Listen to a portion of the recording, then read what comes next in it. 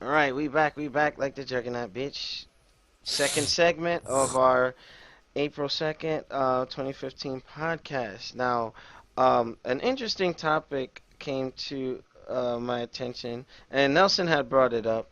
Now, Dead or Alive's former director, lead, Itagaki, has voiced a very interesting opinion on the direction of his franchise or his former franchise, and one one character in particular, Lisa, who was originally depicted as like a dark Hispanic Brazilian type, if you want to kind of put her in that category. But then, she looked like a lucha libre character. She was from the Dead or Alive volleyball, but and later, was entered into the Dead or Alive main cast.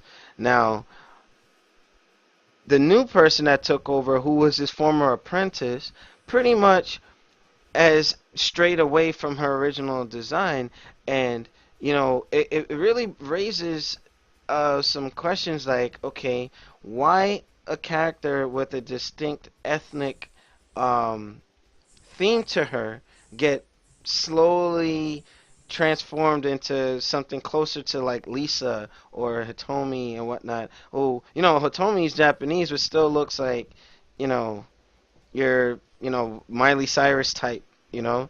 Now, is there like a stigma as to what the DOA females should look like, or what? So Nelson, I'll give you the floor first, and then on your knees if you want to chime in with that, because I know DOA is more something that me and Nelson play. But Nelson, your thoughts on that? Well, I'm just kind of shocked that he actually made that reference to it because really no one has an issue as of like fan wise because it's still DOA at the end of the day. You're still gonna get your fan service. You're still gonna get the Mhm. fighting. So I'll say it really doesn't hurt too much.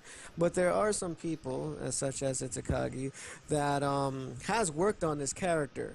And we talked about working on this character from Dead or Alive Beach Volleyball, Mhm. and also the some of the parts of Dead or Alive 4. Okay. Now, thing is, when Dead or Alive 4 started to come out, he was off the project. He wasn't really fully into it. Like he started a bits and bout with the character, and then, as I said before, he backed out because he couldn't further do the Ninja Gaiden series either. Yeah. So, it might just be due to the fact that, as what he says that in his comment, oh, it's not bad lighting because I know the difference between bad lighting and just being racist to this character. Mhm. Mhm. But then again, it's depending on what the upper management has to say about it too. Is like, do they feel that it might be that they don't want any Brazilian slash black females on the game? Like, Mm. we don't know personally. It's really something that it has to be in their in their corporate office Yeah. because where's this studio held at, in Japan Yeah. or? Yeah. So, All right, so it might just be to the fact that they don't know how to do certain nationalities correctly. So what they did, they just kind of brighten her skin tone and a little bit where she's a little bit more lighter than normal. yeah, she looks more like Gina Carano's complexion now, as opposed to, you know, uh, I'm trying to think of somebody. No one comes to mind, but it's like, okay, look at Street Fighter. That game is culturally diverse. You pretty Same thing as much, second. yeah. I mean, that franchises in like fighting games usually have somebody like indirectly representing different ethnic groups, and you know if Itataki had a vision like, okay, I want to put different females from different races in there, you know why not? And I guess he as an artist, or in terms of creating video games, felt offended that, hey, that's not my original intent for the character, despite it being his creation, his game.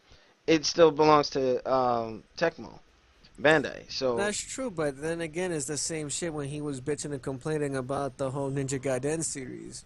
Mhm. It's always something like if he's not working on it, of course he's gonna have some random say in the matter. But as I said before, no one that from my experience that plays with Lisa doesn't really complain or care too much. I mean, to me, it's not a drastic difference. Yeah, she has a little bit of light on her or whatever, but it's Mhm. still the same character, still the same voice actor, still the same moves, and a little bit more added on since Mhm. it's Dead or Alive 5. So technically, the character, the personality and the image is not fully destroyed. Mhm. It's just the way how I'm gonna say it is they went to the route that she's more older and more mature because she is a scientist in the Mhm. storyline of DOA universe. And then, So not to mention, she wasn't playable in the story mode of Dead or Alive 5. That kind of stood out. So it's like, what the heck? I'm not gonna read too much into it. It's just that Itagaki made a observation and he voiced his opinion. yep. You know. I'm gonna go with two possibilities. Okay. It's kind of hard to tell if they changed any facial structure. That's where you want to see if it's being really racist. But I'm gonna go with two possibilities. I'm Okay. looking at the left and right pictures. The left one, she either got between the left and right, she either lost her tan or she has vitiligo. She's in the skin bleaching process right now, like Michael Jackson. Hey, and hey. all I'm gonna say, who's bad? I'm gonna leave it What? at What? that. Right here, right here. Fifth, please the fifth. Fair. All right, so new gaming order. Alex, I didn't get one of these. No.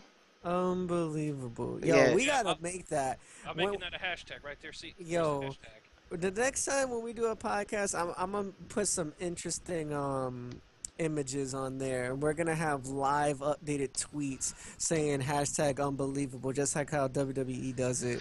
Or you know what? When I was doing NMO. Like when we do the NMO KOs, I'm gonna do something specifically for New Gaming Order where it'll be like unbelievable, like crazy knockouts and having fans submit like replays with some crazy knockouts, and we'll edit them and feature them on the show. Kind of like in a PSA format, so to speak. All right. Okay. So New Gaming Order, we're gonna switch gears. Thank you for joining us on this second segment. For our YouTube folks, make sure you rate, comment, and subscribe. Check out the first segment, and then for our people checking out the stream, I know we're still struggling with Twitch at the moment, and then possibly resources on this end. But hang tight. We'll see you on the next segment, and we're logging off.